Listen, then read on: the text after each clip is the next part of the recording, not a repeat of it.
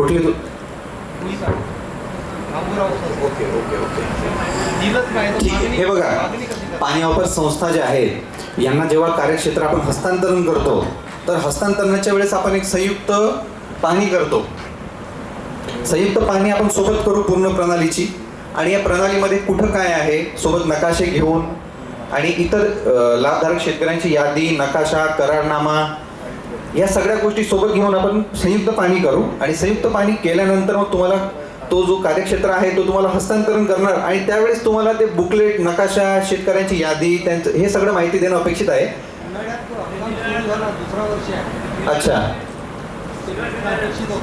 ठीक आहे. आपण मग त्या विभागाला, संबंधित विभागाला तसं विनंती करूया, त्यांना विनंती करूया तुम्हाला बुकलेट, पूर्ण नकाशा. सुरू आहे अजून, जे सुरू झाली त्याची परिस्थिती आहे. ओके ओके, हळूहळू ती प्रक्रिया सुरू आहे. आणि गुणा विद्यापीठातून आपण आता काय करू की ज्यांच्याकडे राहिलं असेल, जसं तुम्ही म्हणताय नकाशा वगैरे द्यायचं, गोसीखुर्द, उजवा कडेवर, ब्रह्मपुरी, ते तिथल्या एका उपविभागाकडे जेव्हा मी काम करत होतो तर 19 पाणी वापर संस्था आहेत माझ्याकडे. 19 पाणी वापर संस्थेसोबत संयुक्त पाहणी करून त्यांना कार्यक्षेत्र आम्ही हस्तांतरण केलं आहे. आणि हस्तांतरणासोबत हस्तांतरणाचा करारनामा, ज्याच्यामध्ये त्या पाणी वापर संस्थेला हंगामी किती पाणी द्यायला पाहिजे, की खरीपमध्ये अमुक अमुक दलगमी, रबीमध्ये अमुक दलगमी आणि उन्हाळीमध्ये अमुक दलगमी, एवढं तुम्हाला देणं आम्हाला भाग आहे. आणि हा त्याचा नकाशा, ही तुमची यादी, आणि त्याच्यासोबत एक डिझाईनचं पण, की एक पाईप इथून गेला आहे, एक पाईप तिथून गेला आहे, आणि एक मोबाईलमध्ये दिसणारी कॉपी की खालून पाईप गेला आहे जसं दिसतंय त्या लोकेशनवर गेल्यावर. ह्या सगळ्या गोष्टी आम्ही त्या पाणी वापर संस्थांना दिल्या आहेत. त्याच्यामध्ये पण काही लोकांच्या काही अडचणी असतील तर आम्ही वेळोवेळी त्यांना उपलब्ध करून देतो. तर ह्या प्रकारचं दस्तावेज तुम्हाला उपलब्ध करून देऊच. आता ते आम्ही केलेलं आहे म्हणजे सगळ्यांना तसं करणं अपेक्षित असल्यामुळेच आम्ही केलं आहे. तुम्हाला पण मिळून जाईल. आणि आवर्जून सांगेल मी साहेबांना, कार्यकारी अभियंता साहेबांना, किती त्यांना माहिती तुम्हाला. तर तशी मागणी आपल्याला करणं अपेक्षित आहे. आता दस्तावेज तुम्हाला कळाला ना, की करारनामा असतो, त्याच्यामध्ये तुम्हाला तुमच्या क्षेत्रानुसार पाणी दिलेलं असतं की तुम्हाला किती पाणी देय आहे, आणि त्याच्यानुसार तुम्ही तुमच्या पिकाची जी रचना असेल, प्रत्येक वेळेस तुमच्या संस्थेकडे जेवढं पूर्ण क्षेत्र असेल तेवढी मागणी होत नाही. 200 हेक्टरची संस्था असेल तर कधीतरी फक्त 100 हेक्टरचे शेतकरी म्हणतात की आम्हाला सिंचनाच्या पाण्याची गरज आहे. मग तुम्ही 100 हेक्टरसाठी गणित करणार आणि तुम्ही मागणी करणार आम्हाला, आम्ही तेवढं पाणी तुम्हाला देण्यासाठी डॅम जे विभाग आहे त्यांना आपण मागणी करू, त्याच्यानुसार आपल्याला पाणी प्राप्त होईल. तर अशी ही प्रक्रिया असते. ही प्रक्रिया लक्षात ठेवा. आज न उद्या आपल्याला ते कामी येणारच आहे. कदाचित तुमच्याकडे कार्यक्षेत्र हस्तांतरण झालं नसेल, तुम्हाला ते जे दस्तावेज असतील, करारनामे मिळाले नसतील, तर लवकरच मिळतील ते. त्याच्यानंतर पाणी मागणी. आता पाणी मागणी जसं सचिव करत असतो, तर याच्यामध्ये संचालक मंडळाचं काय असतं, तर मी तुम्हाला बोलू की सर्वसाधारण सभेमध्ये सचिव, संचालक मंडळ आणि जे पण शेतकरी असतील तर त्यांनी एकत्रित चर्चा करणं आवश्यक असतं. आणि याच्यामध्ये सचिव काय करणार आणि संचालक मंडळ काय करणार, तर त्याचा एक तक्ता आहे. हा तक्ता मी तुम्हाला देणार आहे याच्यानंतर, ज्याच्यामुळे तुम्हाला लक्षात राहील की तुम्ही सचिवला काय सांगणार आणि सचिव काय करणार. जसं पाणी उपलब्धताची माहिती आहे की यावर्षी धरणामध्ये पाणी आहे का. उन्हाळ्यामध्ये आपण असं जाऊन म्हणणार नाही की आम्हाला पूर्ण क्षेत्रासाठी पाणी द्या, कारण की तेवढं पाणी उन्हाळ्यामध्ये उपलब्ध नसतं. बाष्पीभवन होऊन जाते, कमी असते, बिगर सिंचनसाठी वापर असतो, पिण्याचं पाणी वगैरे. तर अशा वेळेस सचिव विभागाकडून ती माहिती प्राप्त करून घेणार की पाणी उपलब्ध किती आहे, आणि ती माहिती तुम्हाला देणार. त्यानुसार तुम्ही किती क्षेत्रावर सिंचन करणार, त्याचा वितरणाचा आराखडा, आवर्तनाचे जे काही तुमच्या पाळ्याचं जे काही शेड्युलिंग असेल ते तुम्ही करणार, म्हणजे सचिव करणार, आणि त्याला संचालक मंडळ मान्यता देणार. संचालक मंडळ आपलं, कारण की शेतकऱ्यांचं रिप्रेझेंटेटिव्ह आहेत, तर त्यांना शेतकऱ्यांची बाजू मांडणं आवश्यक आहे. त्याच्यानंतर सिंचन आवर्तनाचं वेळापत्रक झालं की त्याला मान्यता देणार संचालक मंडळ. त्यानुसार सिंचन विभाग तुम्हाला पाणी देणार, आणि हे पाणी प्राप्त झाल्यानंतर प्रत्यक्ष पाणी वितरण करून देण्याची जबाबदारी ही सचिवांची असेल, आणि त्यांच्याकडून ती जबाबदारी व्यवस्थित पार पाडली जाते का हे संचालक मंडळाला बघायचं असतं. त्याच्यानंतर शेवटच्या शेतकऱ्यापर्यंत, म्हणजे मी जे टेल एंड लिहिलंय, शेवटच्या शेतकऱ्यापर्यंत पाणी पोहोचतं आहे की नाही हे सचिव खात्री करणार, आणि संचालक मंडळ ते त्याची पाहणी करणार की बरोबर आहे का, की शेवटच्या शेतकऱ्यापर्यंत पाणी पोहोचते का. आणि त्याच्यानंतर जे काही अभिप्राय असतील किंवा तक्रारी असतील सिंचनाच्या वेळेसचा, सिंचनाच्या आधीच्या, या सगळ्या सिंचनाच्या तक्रारी, इतर तक्रारी शेतकऱ्यांच्या त्या सचिवांनी जमा करणे आहे आणि संचालक मंडळासमोर मांडणे आहे. संचालक मंडळ मग त्याच्याचं निवारण करणार. तर जसं तुम्हाला आता एक बोलण्यामध्ये मी सरळ सांगितलं होतं ते मी काही स्लाईडच्या फॉर्ममध्ये परत एकदा एक्सप्लेन करतो आहे. आपण गो थ्रू करूया आणि समजून घेऊ की एक एक स्टेप कसं करत असतो आपण. तर मागणीपूर्व, पाणी मागणीपूर्व आपण काय करतो, याच्यामध्ये सचिव आणि संचालक मंडळ काय करणार. तर ते असं असतं की सुरुवातीला आपण एक सर्वसाधारण बैठक आयोजित करतो. या सर्वसाधारण बैठकीमध्ये अध्यक्ष, संचालक मंडळ आणि सचिव हे आपल्या कार्यक्षेत्रात आपलं जे काही लाभक्षेत्र असेल याचा आढावा घेणार. शेतकऱ्यांच्या किती मागण्या आहेत, कोणत्या प्रकारचे पिकं आहेत आणि आवर्तन कसं असणार, काही तक्रारी असतील तर तक्रारी या सगळ्यांची निवारण करणं, काही दुरुस्त्या करायच्या असतील किरकोळ ज्या की पाणी वापर संस्था करतं तर त्या दुरुस्त्यांबद्दल, काही दुरुस्त्या जे विभाग करतो त्या विभागाकडून दुरुस्त्या करून घेण्यासाठी, ह्या सगळ्या गोष्टी त्या सभेमध्ये चर्चा व्हायला पाहिजे.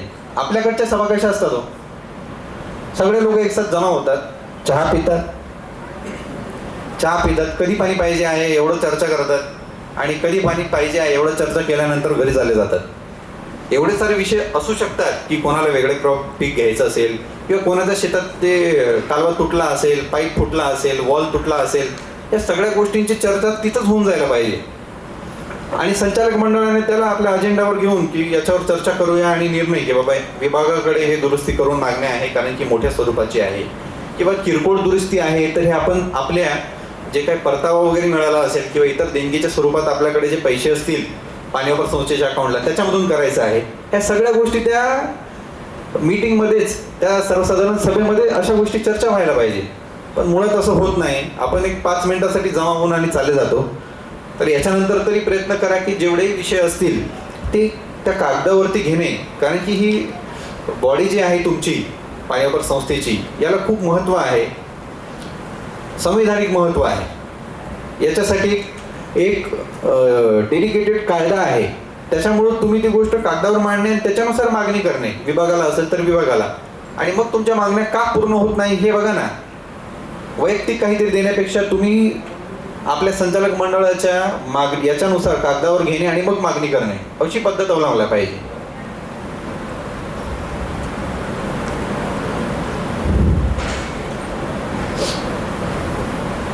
तर बैठकीमध्ये जसं ठरलं की आता आपल्याला सिंचन करायचं आहे, हे पिकं आहेत, एवढं एवढं पाणी लागेल, या दरम्यान आपल्याला सिंचनाचे आवर्तन लागतील, तर मग सचिव काय करणार, विभागाकडे येणार आणि विभागाची, कारण की तो समन्वयक आहे, पाणी वापर संस्था आणि जलसंपदा विभाग याच्यातला समन्वयक आहे तो.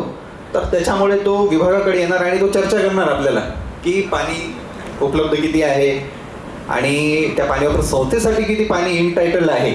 जसं तुम्हाला बोललो की तुमचं एक हक्क आहे पाण्याचा, प्रत्येक पाणी वापर संस्थेचा, आणि तो हक्क त्या करारनाम्यावर लिहिलेला असतो.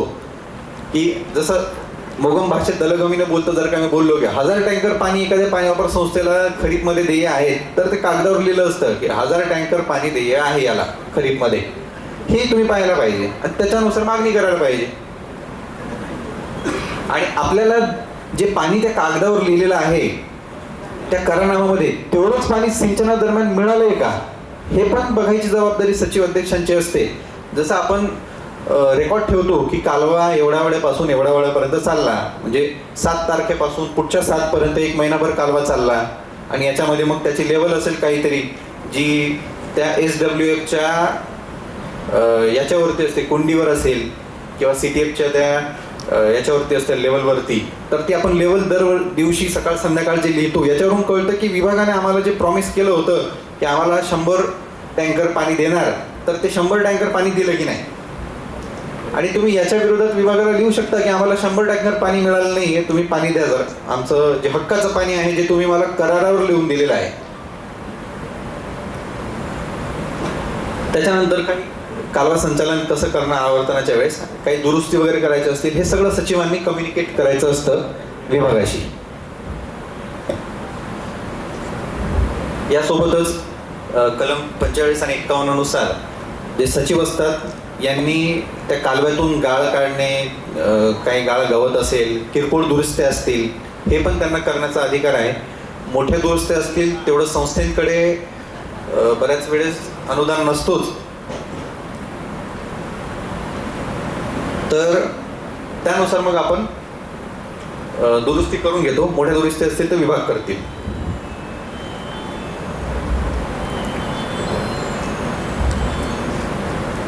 त्याच्यानंतर सचिव म्हणून तुम्हाला वेगवेगळे रजिस्टर ठेवायचे असतात आणि रजिस्टर हे पाठ करायची गरज नाही आहे. तुम्हाला माहितीच आहे की काय रजिस्टर मेंटेन करायचे असतात.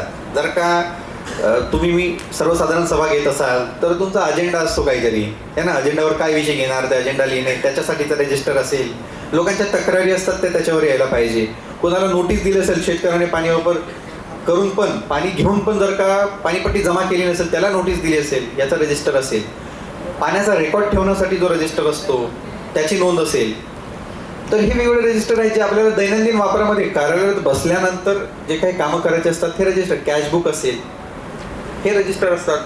विशेष म्हणून असं काही पाठांतर करणे किंवा 10 रजिस्टर असतात आणि अशा प्रकारचे रजिस्टर असतात असा विषयच नाही. पाणी घेतो म्हणून पाण्याची नोंद करण्यासाठी रजिस्टर, लोक पाणी घेतात म्हणून पाणीपट्टीसाठीचा रजिस्टर, ज्यांनी नाही दिले त्याला नोटीस दिल्याचे रजिस्टर, अशा प्रकारचे किरकोळ रजिस्टर असतात. आणि ज्या काही तक्रारी असतात तुम्ही पाणी वापर संस्था त्या स्तरावर जर का सॉल्व्ह करणार असेल तर त्या ठिकाणी तक्रार सॉल्व्ह होईल संचालक मंडळासमोर. आणि काही अडचणी असतील तर विभागासोबत समन्वयाने तक्रार निवारण करता येते. आणि शेवटी पाणी वापर संस्था पूर्ण सिंचन झाल्यानंतर, त्याच्यानंतर पाणीपट्टी दिल्यानंतर, परतावा आल्यानंतर, परताव्यामधून आपण किरकोळ दुरुस्ती करतो. या दुरुस्त्या वगैरे सर्व झाल्यानंतर त्याचा एक लेखाजोखा आपण ठेवायला पाहिजे. पाणी वापर संस्था कारण की एक संस्था आहे ज्याला पैशाचा येवा जावा असतो, म्हणून त्यांनी त्याचा लेखाजोखा पण ठेवायला पाहिजे आणि त्याचं लेखापरीक्षण पण करून घ्यायला पाहिजे. एका CA कडून 400-500 रुपयांमध्ये ते लेखापरीक्षण करून देतात आणि ते दरवर्षी करायला पाहिजे. काही ठिकाणी आमच्याकडे कंडिशन असते की पाणी वापर संस्थेने जी पाणीपट्टी दिलेली असते ती जेव्हा परतावा द्यायचं असेल तर त्याच्या आधी आम्ही म्हणतो की पाणी वापर संस्थेचं लेखापरीक्षण करून घ्या, ऑडिट करून घ्या, जेणेकरून त्याच्यात काही इरेग्युलरिटी वगैरे राहणार नाही.